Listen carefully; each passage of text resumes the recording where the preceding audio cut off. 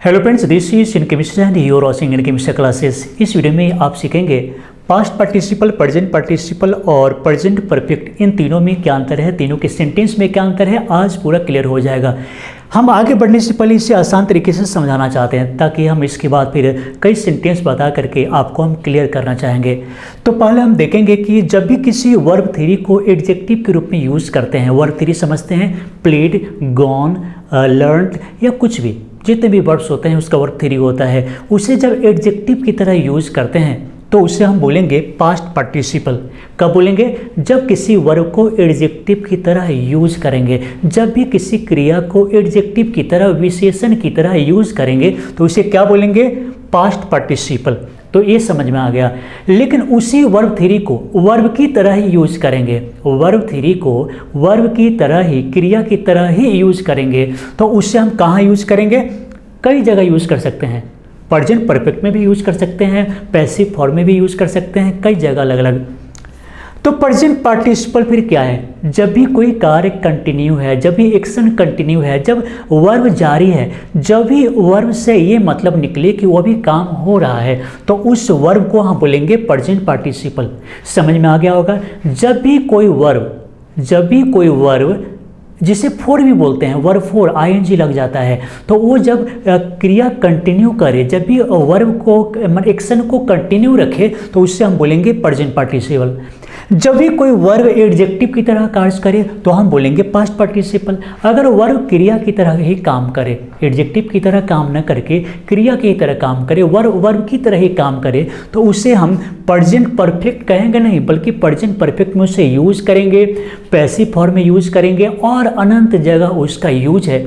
लेकिन हम present perfect इसलिए हम बता रहे हैं कि तीनों का सेंटेंस देखेंगे तो एक तरीके का, जैसे देखेंगे टूटा हुआ है, सोया हुआ है, तोड़ दिया है, या फिर गिरा हुआ है, लटका हुआ है, लिख लिया है, सभी आप देखेंगे तो प्रेजेंट परफेक्ट से मिलता जुलता है कि किसी काम को कर लिया है या फिर कोई भी काम वर्तमान में समाप्त हो गया, ऐसा लग रहा है। लेकिन जब इसके अंदर में जाएंगे तो ऐसा होता नहीं है। इसी चीज़ को बहुत अच्छी तरीके से देखेंगे। तो चलिए शुरू करते हैं। तो अब क्या करेंगे कि हम प्रेजेंट परफेक्ट को सीख लेते हैं, क्योंकि प्रेजेंट पार्टिसिपल और पास्ट पार्टिसिपल को बाद में सीखेंगे, पहले इसे सीख लेते हैं।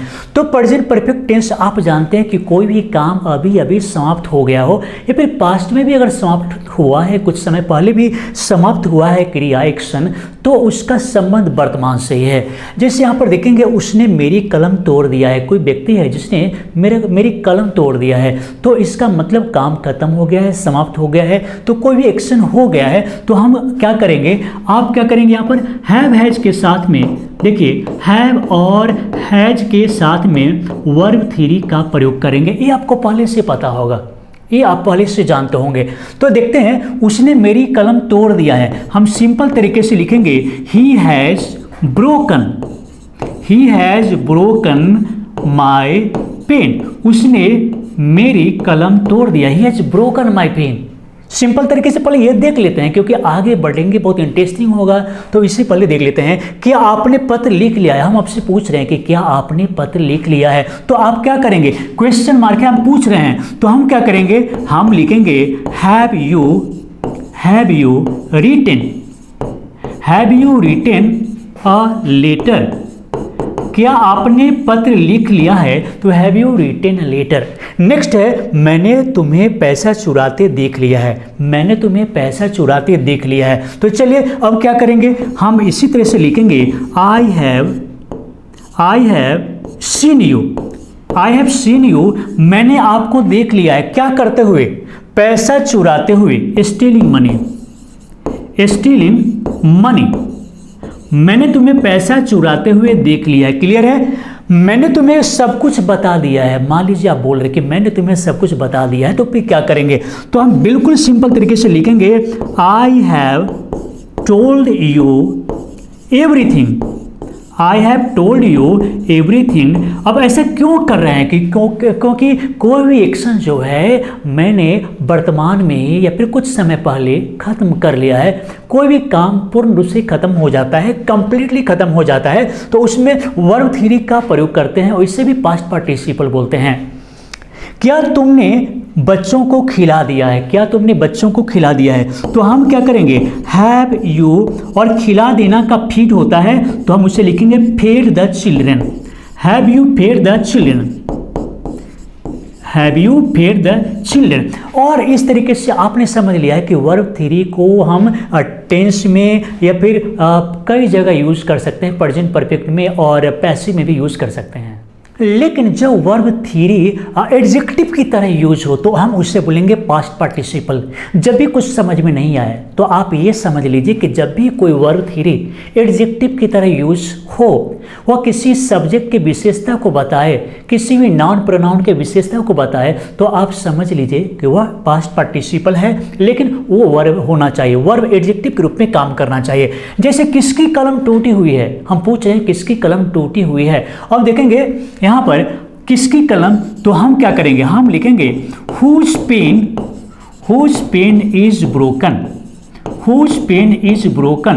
अब यहाँ पर किसकी कलम टूटी हुई है, तो हम पूछ रहे हैं, सवाल पूछ रहे हैं कि किसकी कलम टूटी हुई है, पूछ रहे हैं। तो यहाँ पर ब्रोकन जो लिखा हुआ है और ये क्या हो गया, ये एडजेक्टिव है, एडजेक्टिव का काम कर रहा है।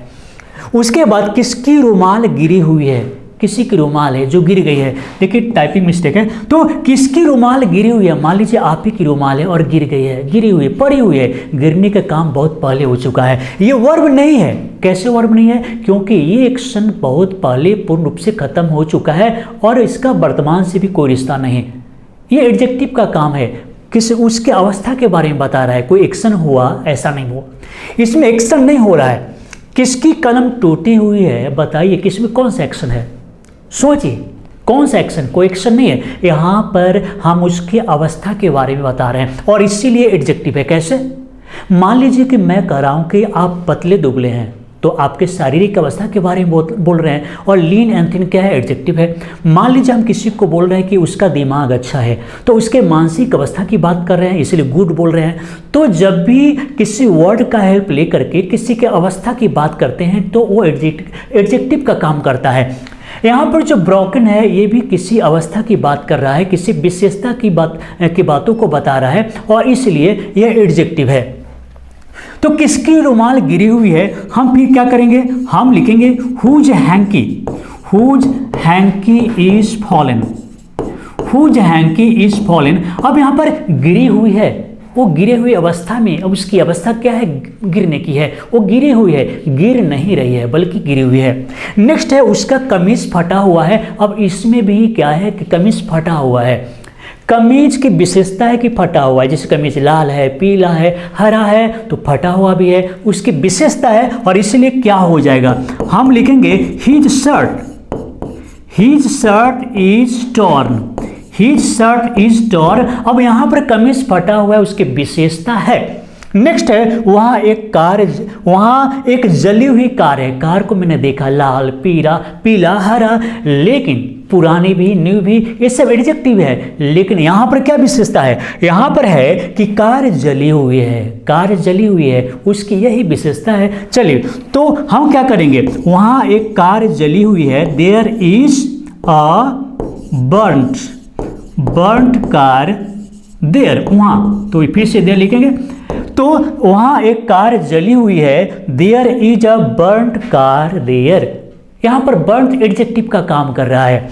उसके बाद यह पत्र अंग्रेजी में लिखा हुआ है, तो विशेषता क्या है कि लिखा हुआ है, पत्र जो है लिखा हुआ है। तो हम क्या करेंगे, यह पत्र, तो हम लिखेंगे दिस लेटर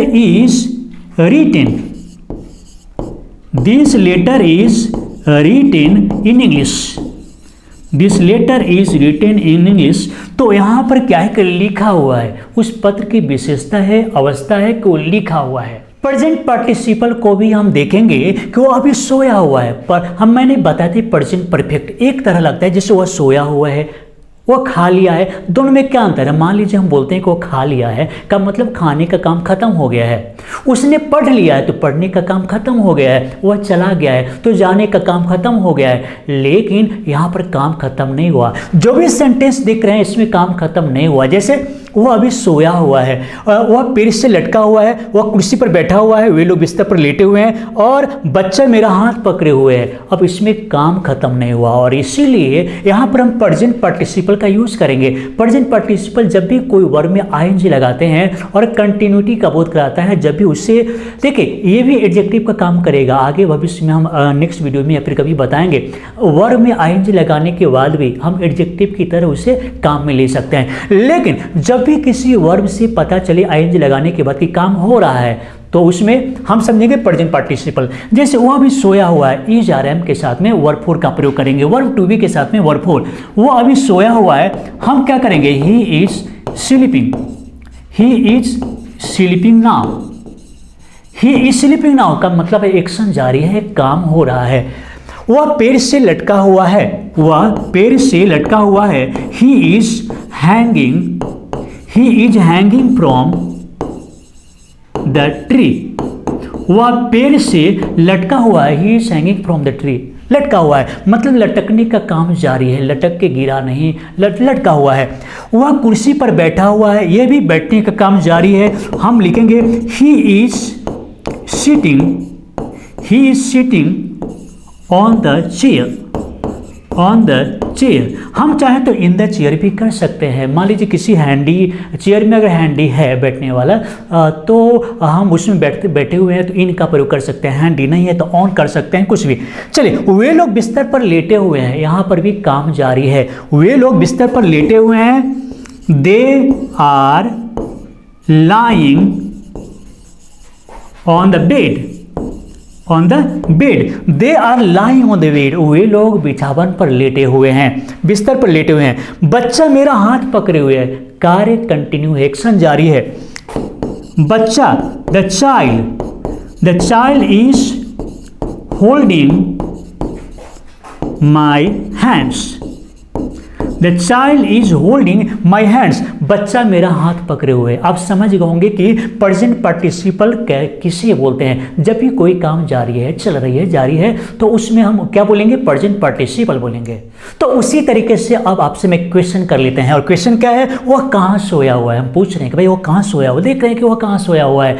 तो फिर इसे इंग्लिश में क्या बोलेंगे, ये कौन सा, इसमें कौन सा वर्ब यूज होगा, प्रेजेंट पार्टिसिपल या फिर पास्ट पार्टिसिपल या फिर परफेक्ट पार्टिसिपल, क्या होगा, खुद हमें समझ में नहीं आ रहा है। आप अभी लिखिए, आपको हम देखेंगे, चेक करेंगे और बताएंगे भी कि आपका आंसर कितना सही है, गलत है, आपने समझा या नहीं समझा, ये भी पता चल जाएगा। तो और जब भी आप कमेंट कीजिए तो कभी कभी अपने स्टेट का नाम जरूर लिखिए, ताकि हमें पता चले कि आप कहाँ से हैं, आप जिस देश से हैं। कई बार हम देखते हैं कि कमेंट में लिखते भी हैं पाकिस्तान, बांग्लादेश, अफगानिस्तान, नेपाल, हर जगह से लिखते रहते हैं। तो आप वो भी कभी कभी लिख सकते हैं ताकि पता चले कि आप कहाँ से हैं।